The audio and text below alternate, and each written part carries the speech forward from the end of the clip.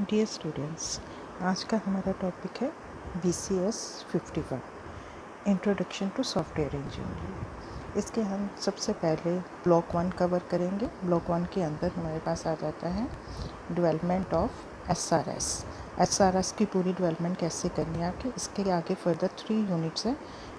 SRS के characteristics, function oriented model and object oriented model.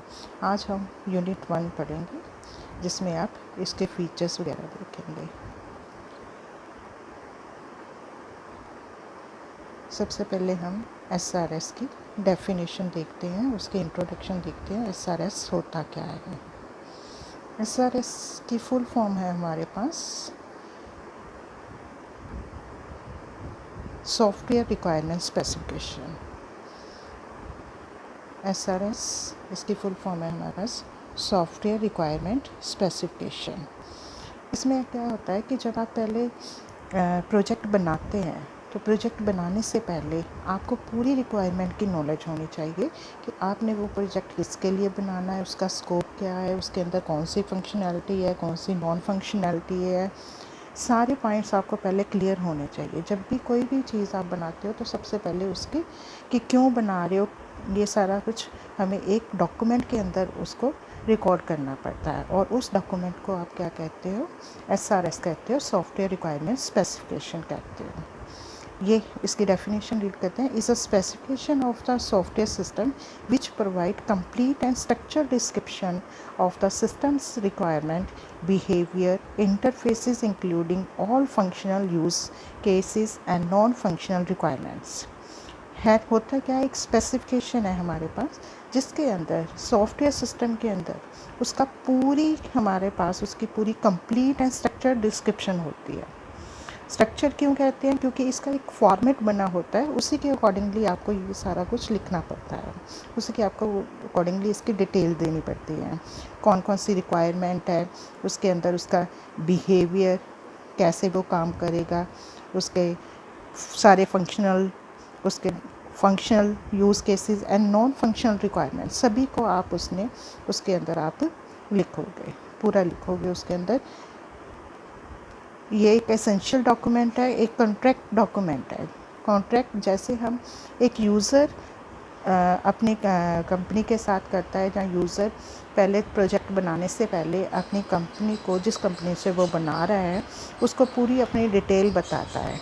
तो उसके अंदर वो पूरा जो कंपनी है उस स्पेसिफिकेशन के अकॉर्डिंगली, इस डॉक्यूमेंट के अकॉर्डिंगली वो क्या करती है, अपने प्रोजेक्ट को बिल्डअप करती है। सबसे पहले हम इसके कंसेप्ट देखते हैं SRS के, इसके बेनिफिट्स देखते हैं क्या होते हैं हमारे पास। ये जो बेनिफिट्स है ये हमारे पास एक पर्टिकुलर स्टैंडर्ड के अकॉर्डिंगली दी हुई है। वो स्टैंडर्ड कौन सा है हमारे पास, IEEE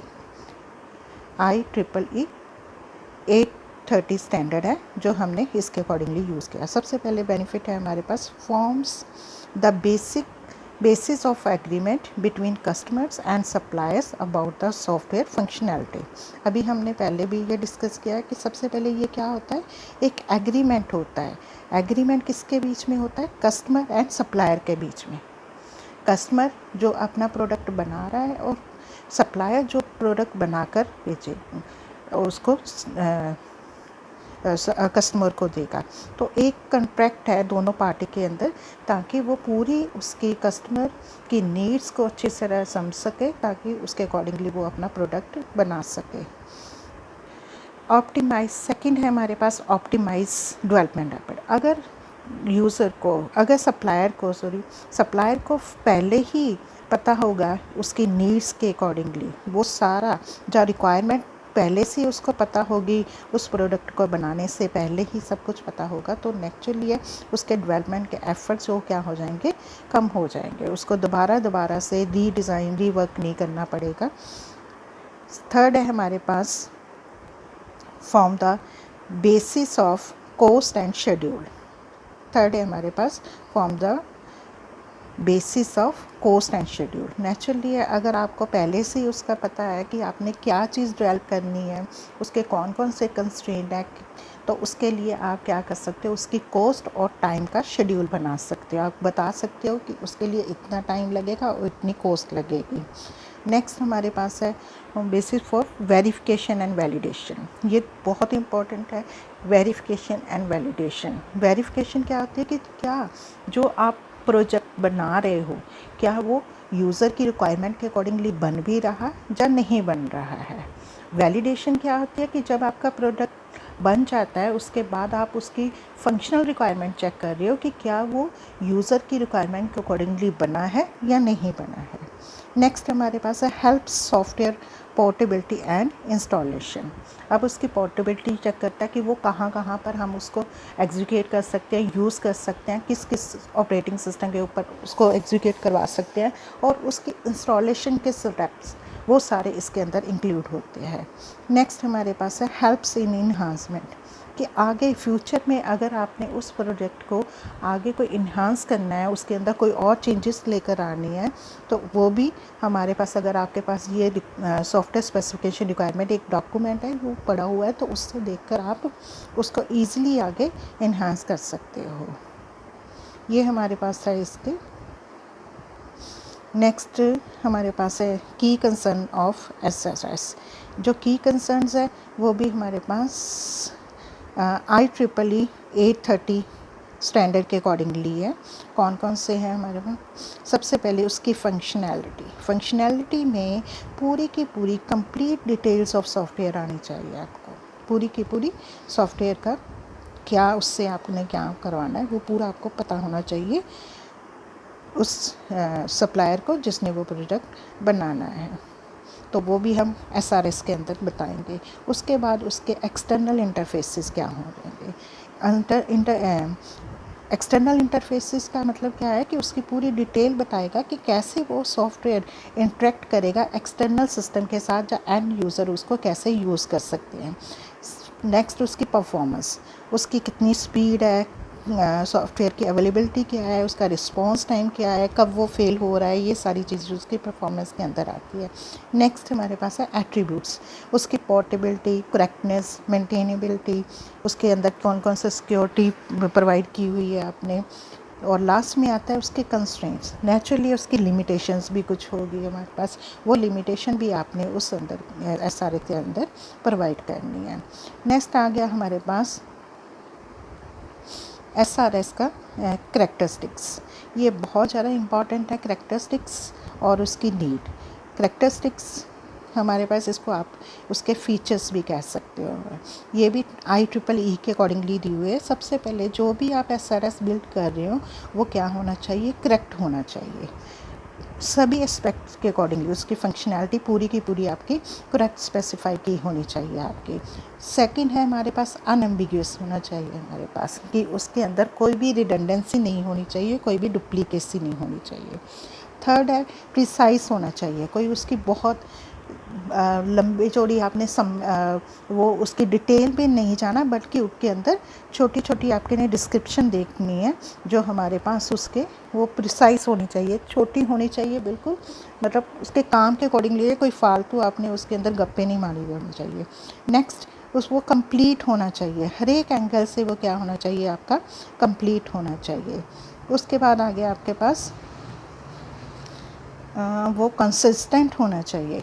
consistent definition other than thought ऐसा कंसिस्टेंट होना चाहिए कि जो डेफिनेशन आपने उसकी पहले से बताई है वही डेफिनेशन आपकी बाद में भी होनी चाहिए। वो बार बार ये नहीं होना चाहिए कि एक जगह आपने कुछ और लिखा हुआ है और दूसरी जगह उसको कुछ और उसकी डिटेल बताई हुई है।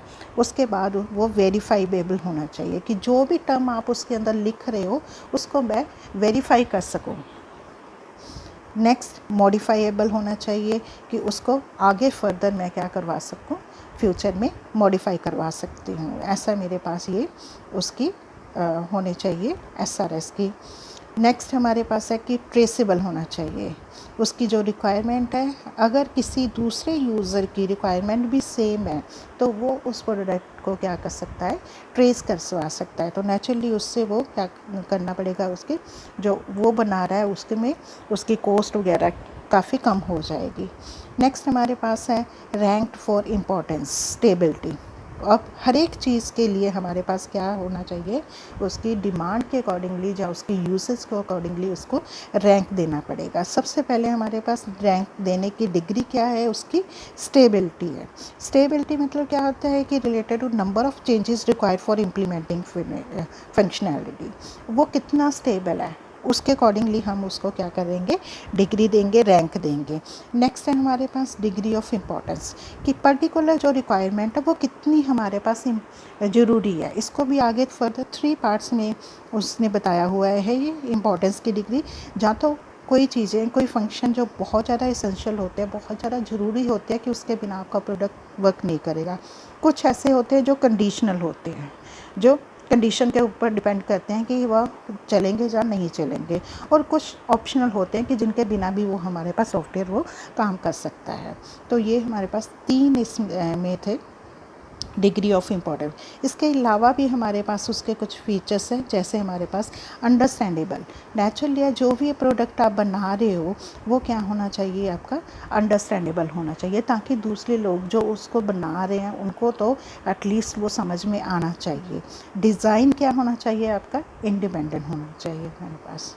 अब इस SRS के ये फ़ीचर्स थे। फ़ीचर्स के बाद आप हमारे पास आ जाता है कि उसका इम्पैक्ट क्या बनेगा, उस SRS को बनाने का क्या इम्पैक्ट बनेगा। तो सबसे पहले जो उसका इम्पैक्ट आएगा वो किसके ऊपर आएगा, impact on cost and schedule. सबसे पहले जो इम्पैक्ट आएगा वो हमारे पास उसकी कॉस्ट एंड शेड्यूल के ऊपर आएगा। तो अभी हमने उसके फीचर्स देखे थे, उस फीचर्स में भी यही देखा था कि जब उसकी नीड देखी थी कि SRS बनाने की क्या ज़रूरत है। तो अगर आपकी रिक्वायरमेंट पहले से ही पता होगी कि इस रिक्वायरमेंट, इस कंडीशन के अंदर, इस स्कोप के अंदर आपने वो प्रोजेक्ट बनाना है, तो उसकी कॉस्ट एंड शेड्यूल के ऊपर बहुत सारा इफ़ेक्ट बनेगा। उसी के अकॉर्डिंगली हम उसकी कॉस्ट और उसका टाइम वो सिलेक्ट कर सकते हैं। नेक्स्ट हमारे पास है उसकी क्वालिटी के ऊपर इम्पैक्ट पड़ेगा। अगर पहले से ही आपने उसकी वो चीज़ें आपको क्लियर है कि मैंने ये प्रोजेक्ट बनाना है, तो उसकी क्वालिटी नेचुरली उसके अकॉर्डिंगली आप टेस्ट प्लान करेंगे और उसकी क्वालिटी और भी ज़्यादा बेटर हो सकेगी। नेक्स्ट इम्पैक्ट किसके ऊपर पड़ेगा, ओवरऑल कस्टमर एंड यूज़र की सेटिस्फेक्शन पर पड़ेगा। अगर क्योंकि ये जो प्रोजेक्ट है ये हम किसके लिए बना रहे हैं, ये प्रोजेक्ट हम यूज़र के लिए बना रहे हैं जिन्होंने उनको यूज़ करना है। तो अगर उनकी रिक्वायरमेंट हमें पता है तो उस रिक्वायरमेंट के अकॉर्डिंगली हम वो सारे प्रोजेक्ट बनाते हो, तो उसके अंदर जो यूज़र की सेटिस्फेक्शन वो क्या होगी, पूरी होगी। इम्पैक्ट ऑन उसकी मेंटेनेंस के ऊपर भी इम्पैक्ट पड़ेगा। नेचुरली है, अगर हमारे पास उसका आगे आपने उसके फर्दर लेकर जाना है तो भी हमारे पास क्या होना चाहिए, उसका SRS होना चाहिए, रिक्वायरमेंट स्पेसिफिकेशन होनी चाहिए उसके अकॉर्डिंगली। नेक्स्ट आ गया टॉपिक आपका best practice of writing a good quality SRS। कैसे उसको आप लिख सकते हो, अगर आपने SRS लिखना है, डेवलप करना है, बनाना है, तो वो उसके क्या क्या पॉइंट होने चाहिए। सबसे पहले आपने क्या डिफ़ाइन करना है कि उसका जो नेचर ऑफ SRS है वो बिल्कुल पर्टिकुलर किसी स्टैंडर्ड के अकॉर्डिंगली होना चाहिए। नेक्स्ट उसका इन्वायरमेंट, उसकी बैकग्राउंड, उसका वो और इंटेंडेड ऑडियंस कौन सी है वो आपको पता होनी चाहिए। उसके अंदर वो सारे प्रॉपर जो अभी हमने उसके करेक्टरिस्टिक फीचर्स पढ़े हुए हैं वो सारे उसके अंदर होने चाहिए हमारे पास। अगर आप जॉइंट प्रेपरेशन ऑफ SRS क्या होती है कि अगर आप एक नहीं काफ़ी मल्टीपल मेंबर्स काम कर रहे हैं, टीम के अंदर काम कर रहे हैं, मल्टीपल टीम्स उसको मिलकर बना रही हो, तो हर एक टीम को उसके बारे में पूरी डिटेल नॉलेज होनी चाहिए, पूरे प्रॉपरली उनको डिफ़ाइन प्रोसीजर होना चाहिए। और उसका SRS की क्या होनी चाहिए, इवैल्यूएशन होनी चाहिए। कॉन्टीन्यूसली उसको आप क्या कर सकते हो, इवैल्यूएट कर सकते हो, उसको अपडेट कर सकते हो। नेक्स्ट हमारे पास है deep drive into SRS structure. तो हमने उसका पूरा स्ट्रक्चर देखना है कि क्या है हमारे पास, कैसे उसको आप बना सकते हो। ये भी हमारे पास IEEE 830 स्टैंडर्ड के अकॉर्डिंगली बन रहा है। तो सबसे पहले उसके अंदर क्या आता है हमारे पास, इंट्रोडक्शन फर्स्ट सेक्शन है, उसको उन्होंने डिवाइड किया हुआ है। इसके अंदर पूरी की पूरी आपकी इंट्रोडक्शन आएगी। इंट्रोडक्शन को भी आप फर्दर डिवाइड किया हुआ है कि उस प्रोजेक्ट को बनाने का क्या पर्पज़ है, क्या स्कोप है, उसकी डेफिनेशन, एब्रीवेशन, वो सारे डिफाइनगे, कहाँ से वो रेफरेंस आपने लिया हुआ है, और ओवरऑल पूरा उसका ओवरव्यू डिफाइन करोगे आप। नेक्स्ट जो सेक्शन आता है वो हमारे पास आती है उसकी जनरल डिस्क्रिप्शन। जनरल डिस्क्रिप्शन के अंदर पूरे जो उसके अंदर उसकी फंक्शनैलिटी है वो आप बताओगे, प्रोडक्ट का क्या पर्सपेक्टिव है, क्या उसकी ऑब्जर्वेशन है, प्रोजेक्ट के कौन कौन से फंक्शन है, इसके अंदर भी आप उसकी आगे सब पार्ट बना सकते हो। यूज़र के करैक्टरिस्टिक्स उसके डिफ़ाइन कर सकते हो अंदर आप। और जनरल कंस्ट्रेंट, क्योंकि मैंने अभी बताया कि हर एक जो भी प्रोजेक्ट बनाते हैं उसके कोई ना कोई लिमिटेशन होती है, वो सारी आप उसके अंदर डिफ़ाइन कर सकते हो। और अजम्पशन एंड डिपेंडेंसी, ये भी आपके पास सेकंड सेक्शन के अंदर ही आएगा। थर्ड सेक्शन जो है हमारे पास वो है स्पेसिफिक रिक्वायरमेंट, कि यूज़र को बनाने के लिए कौन कौन सी रिक्वायरमेंट है। तो एक्सटर्नल भी होती है हमारे पास, कुछ इंटरनल होती है। इंटरनल तो आपके सिस्टम के अंदर ही चलाने वाली है, उसके अलावा आपने एक्सटर्नल रिक्वायरमेंट भी देखनी है हमारे पास, कि वो सिस्टम एक्सटर्नली किसके साथ आपने उसको इंटीग्रेट करवाना है। वेब सर्विसेज कौन है, आपका डाटाबेस कैसा है, किसके साथ उसको आप मिलकर एम्बेड करवा कर उसके ऊपर काम करवा सकते हैं। नेक्स्ट उसकी फंक्शनल रिक्वायरमेंट है हमारे पास, उसके अंदर कौन कौन से यूज़ केसेस हैं, बिजनेस फंक्शन है, उसका बिहेवियर कैसा होना चाहिए, ये सारा कुछ आपने उसके फंक्शनल रिक्वायरमेंट के ऊपर लिखना है। उसके बाद आगे उसकी आपकी परफॉर्मेंस रिक्वायरमेंट, अभी हमने पहले भी डिस्कस किया था कि परफॉर्मेंस कैसी है, उसका रिस्पॉन्स टाइम, प्रोसेस कब किस टाइम के ऊपर कंप्लीट हो रहा है हमारे पास। डिज़ाइन के कंस्ट्रेंट आपने उसके अंदर बताने हैं, स्टैंडर्ड की कंपाइलेंस बतानी है आपने, उसके रेगुलेशन स्टैंडर्ड कौन से यूज़ कर रहे हैं सॉरी। लॉजिकल डाटाबेस रिक्वायरमेंट, जो डाटाबेस आप उसके साथ रिलेटेड है वो कौन सा है, कैसा उसकी वर्किंग है हमारे पास। सॉफ्टवेयर सिस्टम के एट्रीब्यूट्स में क्या आ जाता है हमारे पास, उसकी रिलायबिलिटी आ जाती है, फंक्शन की रिलायबिलिटी आ जाती है कि कब वो उसका फॉल्ट टॉलरेंस पावर कितनी है, उसकी अवेलेबिलिटी आ रही है कि कब तक वो हमारे पास फंक्शन वो सिस्टम वर्क करेगा, उसकी सिक्योरिटी आ जाती है हमारे पास। और लास्ट में उसकी मेंटेनेबिलिटी आ जाती है। मेंटेनेबिलिटी आगे फर्दर उसमें कैसे आप उसको एक्सप्लेन करोगे, आगे उसको फ्यूचर में कैसे एक्सप्लेन करोगे। और लास्ट में हमारे पास आ जाता है उसका अपेंडिक्स सेक्शन आ जाता है। ये सारी चीज़ें हमारे पास उसके एसआरएस के स्ट्रक्चर के अंदर आती है। अब इसके आगे हमारे पास है इसके स्टैंडर्ड्स। एसआरएस के हमारे पास स्टैंडर्ड्स हैं, 2 स्टैंडर्ड्स हैं हमारे पास। उस दोनों स्टैंडर्ड्स के अकॉर्डिंगली हमें पूरा ये डिस्क्रिप्शन दी हुई है। सबसे पहले हम देखते हैं IEEE की फुल फॉर्म क्या है, institute of electrical and electronic engineering. ये हमारे पास IEEE की फुल फॉर्म है। तो इसके अंदर हमारे पास 2 स्टैंडर्ड है, एक पर्टिकुलर IEEE का स्टैंडर्ड है जो अभी तक हम पढ़ रहे हैं, वो A30 है। इसके अंदर हमारे पास उसने ये सेम उसका स्ट्रक्चर दिया हुआ है। इंट्रोडक्शन है आपके पास, इंट्रोडक्शन के अंदर वही जो पहले हमने देखा, उसका पर्पस, स्कोप, डेफिनेशन वगैरह ये सारा हमारे पास। उसके बाद उसकी जनरल डिस्क्रिप्शन है, प्रोडक्ट की स्पेसिफिकेशन है, सॉफ्टवेयर रिक्वायरमेंट है। ये सारा स्टैंडर्ड हमारे पास IEEE के अकॉर्डिंगली आ रहा है। नेक्स्ट जो दूसरा स्टैंडर्ड है वो हमारे पास है जो डिफेंस ने बनाया हुआ है, डिपार्टमेंट ऑफ डिफेंस ने बनाया हुआ स्टैंडर्ड फॉर SRS। ये particular defence US department of defence ने बनाया था, तो वही इसको ज़्यादा यूज़ करते हैं। तो सबसे पहले इसके अंदर भी हमारे पास स्कोप आता है, एप्लीकेबल डॉक्यूमेंट्स आते हैं हमारे पास, इंजीनियरिंग रिक्वायरमेंट्स की स्पेसिफिकेशन आती है, क्वालिफ़िकेशन उसकी आनी चाहिए, प्रेपरेशन फॉर डिलीवरी वगैरह। स्पेशल ये किसके लिए स्टैंडर्ड है, फॉर मिलिट्री डिफेंस के लिए है। उसके बाद ये आपके पास एक आपके यूनिट में एक एग्ज़ाम्पल दी हुई है, एक केस स्टडी दी हुई है, जिसमें वो क्या कर रहे हैं, SRS को डेवलप कर रहे हैं। इसके अंदर उसने एक प्रॉब्लम ली हुई है XYZ ऑनलाइन, उसके रीसेंट उसका रिव्यू कर रहे हैं कि एक प्रोजेक्ट के बारे में आपको एक डिटेल बताई हुई है कि इसके अंदर आपने उसको कैसे आप SRS को इंट्रोड्यूस, मतलब पूरा उसका स्पेसिफिकेशन बताया हुआ है कि कैसे ये आपने बनाना है डॉक्यूमेंट।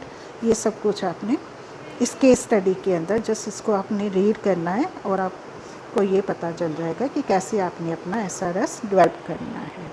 तो आज का ये यूनिट यहीं पर फिनिश होता है। Thank you.